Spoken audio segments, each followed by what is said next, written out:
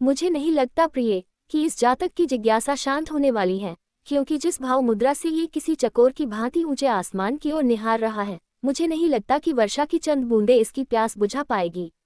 मेरा ये शिष्य ना जाने किस लक्ष्य को पाना चाहता है, यह मैं भी नहीं जान पा रहा हूँ, इसलिए आशंकित हूँ। हे अंशुल कुमार, स्पष्ट कहो। मानव, जलचर, जलपरियां, नाग, यक्ष, गंधर्व, राक्षसी समस्त शक्तियों की जानकारी और ज्ञान देने के पश्चात भी तुम्हारी क्या लालसा है? यदि यकीनन तुम्हारा लक्ष्य इस ब्रह्मांड की उन शक्तियों तक जाता है जिनकी कल्पना देवताओं ने भी नहीं की, तब तो अवश्य ही तुम्हें उस कड़ी परीक्षा के लिए भी तैयार होना होगा, जो लगभग बताए गए सभी शक्तियों के पक्ष से होकर गुजरती है। जब तक इन सभी की सहमति और परीक्षा में तुम उत्तीर्ण ना हो जाओ, मुझे नहीं लगता कि तुम उस चरण तक पहुंच पाओगे। इसलिए सर्वप्रथम जाओ, अपनी शिक्षा पूर्ण करो, कठोर तप से समस्त परीक्षाओं को उत्तीर्ण कर पहले उन शक्तियों को प्राप्त करो, सार्थक करो, जिसका वर्णन अभी अभी तुम्हारी गुरु माँ ने किया है। इसके पश्चात तुम्हें स्वयं ही आगे का मार्ग मिल जाएगा। अंशुल कुमार गुरु और गुरु माँ को प्रणाम कर लौट तो गया, लेकिन एक चुनौती के साथ जिसे वह अंतर्मन तक स्वीकार कर चुका था, और शायद गुरुवर की चिंता के लिए वह एक विषय भी उनके समक्ष छोड़ आया। गुरु माँ ने अंशुल कुमार के जाते ही तुरंत एक प्रश्न गुरुवर के सामने रखना। स्वामी, मैं ना जाने क्यों चिंतित हूँ, क्या आप मुझे मेरे प्रश्नों के उत्तर दे पाओगे? तब गुरुवर मुस्कुराकर कहने लगे, बिल्कुल। आपके पहले प्रश्न का उत्तर यह है कि अंशुल कुमार के सामने आपको प्रिय कहकर पुकारना एक संदेश था कि कभी भी इस बंधन के लिए पति और पत्नी की शक्तियों में समानता और वैचारिक तालमेल होना जरूरी है। वह समर्पण भी आवश्यक है, तभी यह शब्द सार्थक होगा, क्योंकि यह यक्ष, गंधर्व, नाग और उन अप्सराओं के सौंदर्य को चुनौती दे रहा है जिसके सामने देवता ही क्या, कई साधकों ने भी अपनी साधना भंग कर दी। ये बात भिन्न है कि बाद में उन्हें पछताना पड़ा। वह भूल गया कि इस प्रकृति में हम तीनों के अलावा यहाँ और भी शक्तियाँ विद्यमान हो सकती हैं। इसलिए जब उसने अपनी ओर से चुनौती स्वीकार की तो ये भी निश्चित है कि उन अदृश्य शक्तियों ने भी इसे चुनौती देने का मन बना ही लिया होगा। इसलिए मेरा आपसे एक विशेष निवेदन है कि आप अपने शिष्य को एक अच्छा साधक बनने के साथ साथ पत्नी व्रत धर्म का पालन करना आवश्यक सिखाए। यदि वह इन शक्तियों की परीक्षा से होकर गुजरे तो निश्चित तौर पर उसके मन में एक पत्नी व्रत होने का संकल्प जरूर होना चाहिए, तभी यह कहीं सफल हो पाएगा। अन्यथा दुख मुझे भी होगा, क्योंकि मेरे शिष्य की दुर्गति का कारण मेरा ही ज्ञान बन गया। मैं भी पूर्ण प्रयास करूंगा कि उसे उचित मार्गदर्शन दे सकूं, कहते हुए गंभीर हो गए। तभी गुरु माँ ने अचानक फिर प्रश्न किया कि तो क्या ये सुंदरी कृतिका विश्व मोहिनी या स्वयं महामाया किसी अंश की कामना करता है? धन्य हो ऋषि कुमार, यदि यह सही है तब तो आपके शिष्य वाकई आपसे भी कहीं आगे निकल गए। आपको बधाई हो, आपको तो गर्व होना चाहिए। कहते हुए उन्होंने जैसे एक टिप्पणी सा किया जिसे गुरुवार भाप गए और कहने लगे, आपसे सहयोग की अपेक्षा रखता हूँ, आगे जैसी परमेश्वर की इच्छा। संध्या वंदन के पूर्व मैं लौट आऊंगा, कहते हुए वे आश्रम से निकल गए। गुरु माँ स्पष्ट तौर से जानती थी कि ऐसा तभी होता है जब वे अत्यंत व्यथित होते हैं, एवं वे ऐसे समय में अपने गुरु द्वारा बताए गए उस तपस्थली में जाते हैं जहां आज भी उनके गुरु का आभामंडल कहीं ना कहीं उनके प्रश्नों के उत्तर देने के साथ साथ व्यथित मन को शांत करने का भी उपाय अवश्य प्रदान करता है। इसका प्रत्यक्ष अनुभव स्वयं उन्होंने भी कई बार अपने कुछ ऐसे प्रश्नों को लेकर किया जिनका उत्तर ढूंढ पाना भूत और भविष्य में गोते लगाकर संभव नहीं था। दिव्य दृष्टि से भूत और भविष्य काल की घटनाओं को देखा तो जा सकता है, शायद भविष्य में परिवर्तन और भूतकाल के कर्मों के फल की स्थिति को बदलना संभव हो सकता है, लेकिन वर्तमान में रहकर उसी काल की स्थिति को बदलना, अर्थात सरल शब्दों में कहे कि कुछ क्षण के लिए संपूर्ण सृष्टि को या यूं कहे कि पूरे ब्रह्मांड को एक निश्चित सीमा के लिए रोक देने की शक्ति किसी सामान्य व्यक्तित्व में नहीं हो सकती। उसके लिए परम शक्ति का सानिध्य, कृपा और सहमति तीनों ही अनिवार्य है। ये तभी संभव है, और शायद इसलिए उनके गुरु आश्रम में न होते हुए भी मात्र उनके उस आभामंडल के अपने शिष्य की समस्या का हल करने में पूर्ण सक्षम है। ऐसे तपस्वी शिष्य को पति रूप में पाकर वे भी स्वयं अपने आप पर गर्व अनुभव करती है, जिन्हें खुद उन्होंने निस्वार्थ भाव से की गई सेवा के फलस्वरूप प्राप्त किया था। किसी समय में शबरी की कथा को सुनकर उनसे प्रभावित हो उन्होंने स्वयं गुरु के आने जाने वाले रास्तों को साफ सुथरा कर कंकर रहित बना गुरुचरणों के हित का विचार कर वह देर सबेर उठ उन रास्तों को साफ करती। फिर पुनः दोपहर की तपती धूप में ये सोचकर कि पृथ्वी का ताप गुरुचरणों को प्रभावित न करे, पूरे रास्तों में नदी का शीतल जल लाकर उसकी छिड़काव करना और मार्ग के दोनों ओर सुंदर पुष्पों का रोपण करना, यह उन्होंने अपना धर्म बना लिया था। लगातार कुछ दिनों की तपस्या और उनकी भक्ति भावना के साथ इसी कठोर तप की तरह किया गया कार्य रंग लाया। धीरे धीरे वह रास्ता किसी सुंदर क्यारी की तरह इस तरह नजर आने लगा जैसे स्वच्छ तट के बीच से नदी बहती हो। धीरे धीरे उनकी श्रद्धा बढ़ती गई। उन्होंने उस रास्ते का लेपन भी प्रारंभ कर दिया। उनकी भक्ति की शक्ति से प्रभावित होकर अन्य अप्रत्यक्ष रूप से उपस्थित कनिकाओं ने उनका सहयोग करना प्रारंभ कर दिया था। फिर भला ये सब गुरु की दृष्टि से कैसे बच सकता था। उन्होंने एक दिन वही मार्ग में रुककर अपनी दिव्य दृष्टि से ये सब जानकर उन्हें अपने समक्ष बुलाया और इच्छित वर मांगने को कहा। आखिर अंशुल कुमार क्या चाहते थे? उन्होंने ऐसा पूछा ही क्यों? उनके मन मस्तिष्क में क्या चल रहा था? ऐसा भी कोई सत्य है जो गुरु से छिपा रह सके, क्योंकि एक उत्तम गुरु तो शिष्य के द्वारा ना कही जाने वाली बातें भी भांप लेता है। फिर क्या उनके गुरुदेव ने उनकी बात को नहीं भांपा? आखिर क्यों? ऐसा कैसे हो सकता है? क्या वाकई अंशुल कुमार के प्रश्न इतने विचित्र थे? उनका जवाब दे पाना संभव नहीं था। यदि नहीं, तब फिर क्या कारण हो सकता है? आप ही बताएं। ऐसा लगता है कि आप वाकई बहुत कुछ जानते हैं, या यूं कहे कि सब कुछ जानते हैं। दादाजी, आखिर कैसे आपने पढ़ा या आपको बताया गया? मैं जानना चाहता हूँ उस सच को जो मुझे परेशान कर रहा है। माँ कहती है उस संकट की घड़ी में मेरी मदद करने वाली अपूर्वा, जिन्होंने खुद को मेरी मौसी बताया, वह कोई सामान्य इंसान नहीं।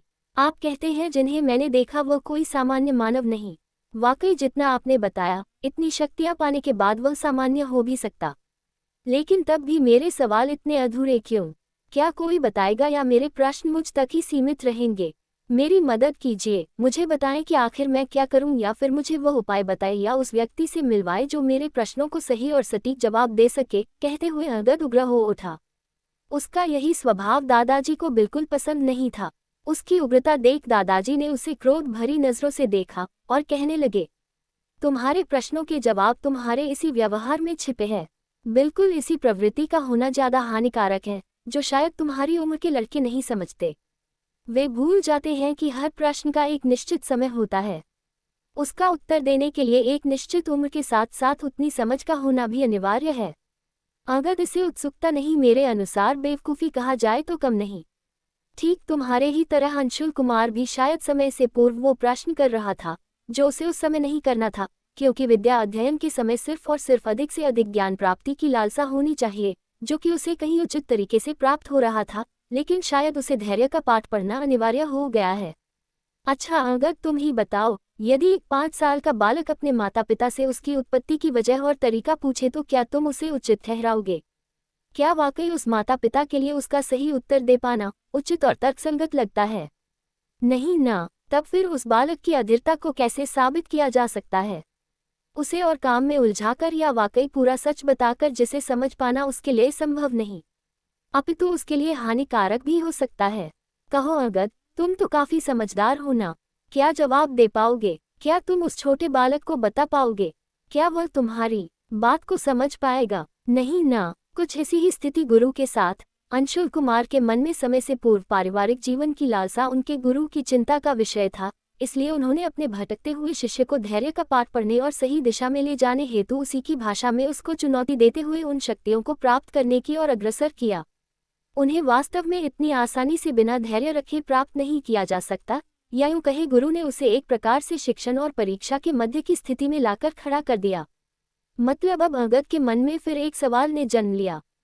मैं समझा नहीं दादाजी, शिक्षण और परीक्षा दोनों एक साथ, भला वह कैसे? तब दादाजी ने कहा, ठीक है वो बता दूंगा, लेकिन अभी नहीं। अभी जाओ, मुझे कुछ काम है। लेकिन हाँ, एक काम कर सकते हो तो कर लेना। हमारे गांव की नदी के उस पार एक बेल में नारंगी फूलों का भंडार है। यदि ला सकते हो तो शाम तक ले आना। मुझे उनका काम है, लेकिन याद रखना उसके लिए तुम्हें पूरा घूमकर नदी के पुल से उस पार जाना होगा। इतना कहकर अपने अधूरे वाक्य के साथ दादाजी चल दिए। नदी का नाम सुनते ही अगद प्रफुल्लित हो उठा, क्योंकि उसे पानी में तैरना बहुत पसंद था, इसलिए वह खुशी खुशी मान गया और सृष्टि की ओर देखने लगा। लेकिन सृष्टि ने साफ इनकार कर दिया। सृष्टि कोई छोटी बच्ची नहीं कि वह अगद के साथियों जल क्रीड़ा के लिए मान जाए। पता नहीं क्यों सृष्टि को दादाजी की बातों से कुछ तो एहसास हो ही गया था। वह भी अगद के स्वभाव को देख रही थी, इसलिए उसने हस्तक्षेप करना इतना उचित नहीं समझा और शांतचित होकर वहां से चली तो हो गई। लेकिन फिर भी जाते हुए अगद को इशारे से समझाते हुए उसने कहा, दादाजी का कोई भी कार्य उनके आदेशानुसार किया जाए तो ही अच्छा होता है, कहकर सृष्टि वहां से चली गई। शायद ज्यादा स्पष्ट कहना अंगद को भला न लगे और वह खुद अपनी तरफ से दादाजी के कार्य में हस्तक्षेप नहीं चाहते थे। अंगद ने बीच का रास्ता चुनकर इशारा करके शांत रहना उचित समझा। अंगद युवा ऊर्जा से भरपूर अपने यौवन के नशे में चूर भला कहाँ किसी की सुनने वाला था। उसे तो सिर्फ इतना ही समझ में आया कि शाम तक फूल लाकर दे दे। अब वह कैसे लाकर दे यह उसकी मर्जी।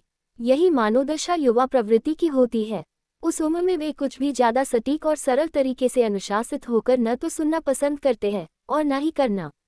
उन्हें किसी भी कार्य के विषय में अधिक जानकारी देना ऐसा लगता है जैसे कोई उनकी सोच समझ और सामर्थ्य पर प्रश्न चिन्ह लगा रहा है, जो उन्हें कतई पसंद न होता, चाहे फिर वह कोई भी क्यों ना हो। उन्हें लगता है कि किसी भी कार्य को करने के लिए उनकी सोच और समझ से वे पूर्ण सक्षम है।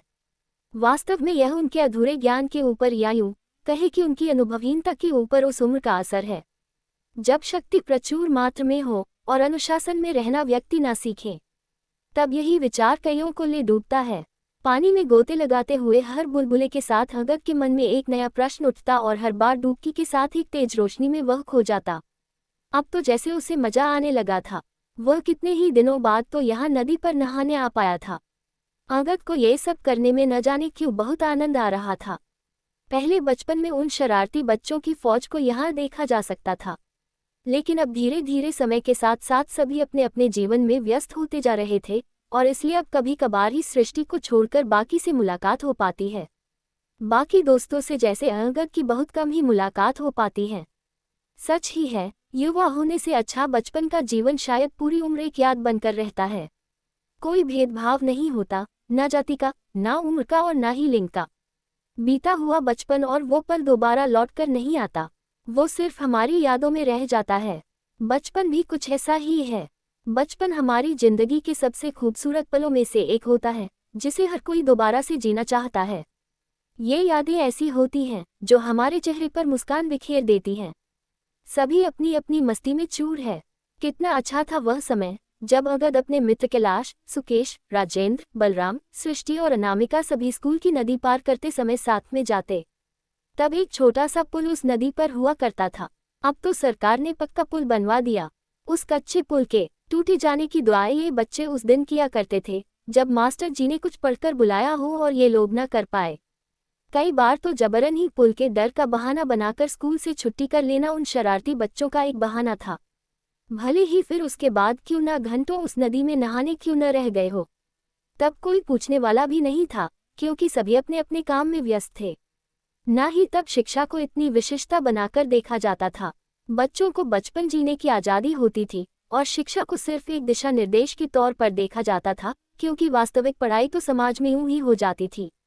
जीवन जीने से लेकर कृषि करने, व्यापार करने और समाज में जीने का सही तरीका और सीखने की नई कला जो अब धीरे धीरे विलुप्त होते जा रही थी।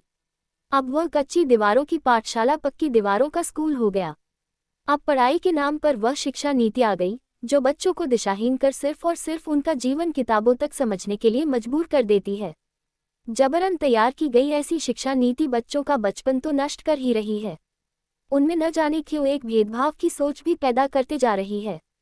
भेदभाव लोगों के बीच समूहों, वर्गों या अन्य श्रेणियों के आधार पर अनुचित या पूर्वाग्रही भेद करने की प्रक्रिया है जिनसे वे संबंधित हैं या संबंधित माने जाते हैं, जैसे कि जाति, लिंग, आयु, धर्म, शारीरिक आकर्षण या यौन अभिविन्यास। भेदभाव आमतौर पर समूहों को जातीय, नस्लीय, लिंग या धार्मिक श्रेणियों के आधार पर कथित स्थितियों के आधार पर अनुचित व्यवहार करने की ओर ले जाता है। इसमें एक समूह के सदस्यों को उन अवसरों या विशेषाधिकारों से वंचित करना शामिल है जो दूसरे समूह के सदस्यों के लिए उपलब्ध हैं। समाज में जीने की कला और सम्मान की बात ही जैसे दूर है। अंगद अपनी सोच में डूबे हुए पता ही नहीं कितने ही देर पानी में बैठा रहा। कभी वह गोते लगाता तो कभी तट पर आकर बैठ जाता। उसका ध्यान तो तब भंग हुआ जब सुबह निकले पशु मैदानों से यहाँ पानी पीने आने। मतलब साफ था कि दोपहर नजदीक आ गई और अंगद को दादाजी की बातें याद आई। उसने आंखें उठाकर देखा तो नदी के उस पार उसे फुल नजर आने लगा, लेकिन इस दौरान वह दादाजी के आदेश और सृष्टि के नियम को भूल गया। उसे लगा कि वह कितने ही देर से इस नदी के आर पार आना जाना कर रहा था। तब फिर और थोड़े साइड हटकर क्यों ना उन फूलों तक वह तैरकर ही पहुंच जाए। ये सोच बिना कोई विशेष विचार के वह शायद अपनी आयु के वेग के अनुसार उन फूलों की ओर चल दिया। लेकिन जैसे ही अंगद थोड़ा दूर हटा कि अचानक उसे ऐसा एहसास हुआ कि पानी की घास ने उसके पैरों को छुआ। मतलब साफ था कि उस जगह लोगों का आना जाना कम ही है। अंगद भला कहाँ इस बात पर विचार करने वाला था, उसे तो सिर्फ फूलों तक पहुंचना था। वह जैसे ही आगे बढ़ा अचानक ऐसा लगा जैसे किसी तेज बवंडर ने उसे अपनी ओर खींच लिया। वह बेतहाशा हाथ पैर चला रहा था, लेकिन न जाने क्यों वह प्रचंड युवा शक्ति जो सारे विश्व को अपने कंधों पर उठा लेने का साहस दिखा रही थी, चूर चूर होते नजर आए और वह उस बवंडर के साथ पानी की गहराई में खींचता चला गया। एक दो बार प्रयास करने पर वह पानी के उफान से ऊपर निकलने में सक्षम हुआ, लेकिन फिर विफल होकर वह पुनः उन गहराइयों खो गया। उसका दिमाग सुन्न होते जा रहा था, सोचने समझने की शक्ति समाप्त हो गई। अंगद को तो सिर्फ अब दादाजी की चेतावनी और सृष्टि की और इशारा अंतिम एक बार याद आया और वह हार गया। ठीक वैसे ही जैसे तेज गर्जना करने वाला महावीर अपने किसी अपराध का स्मरण होने पर युद्ध भूमि में अपने सारे हथियार डाल देता है, ठीक वैसे ही अंगद ने अब हाथ पैर चलाना बंद कर दिया और वह पानी की गहराइयों में खोता चला गया। लेकिन तभी किसी तेज तमाचे के साथ जैसे उसे किसी ने नींद से जगाया हो, उसके बालों को पकड़कर पानी से खींचते हुए बाहर तक पर लाकर पटक दिया।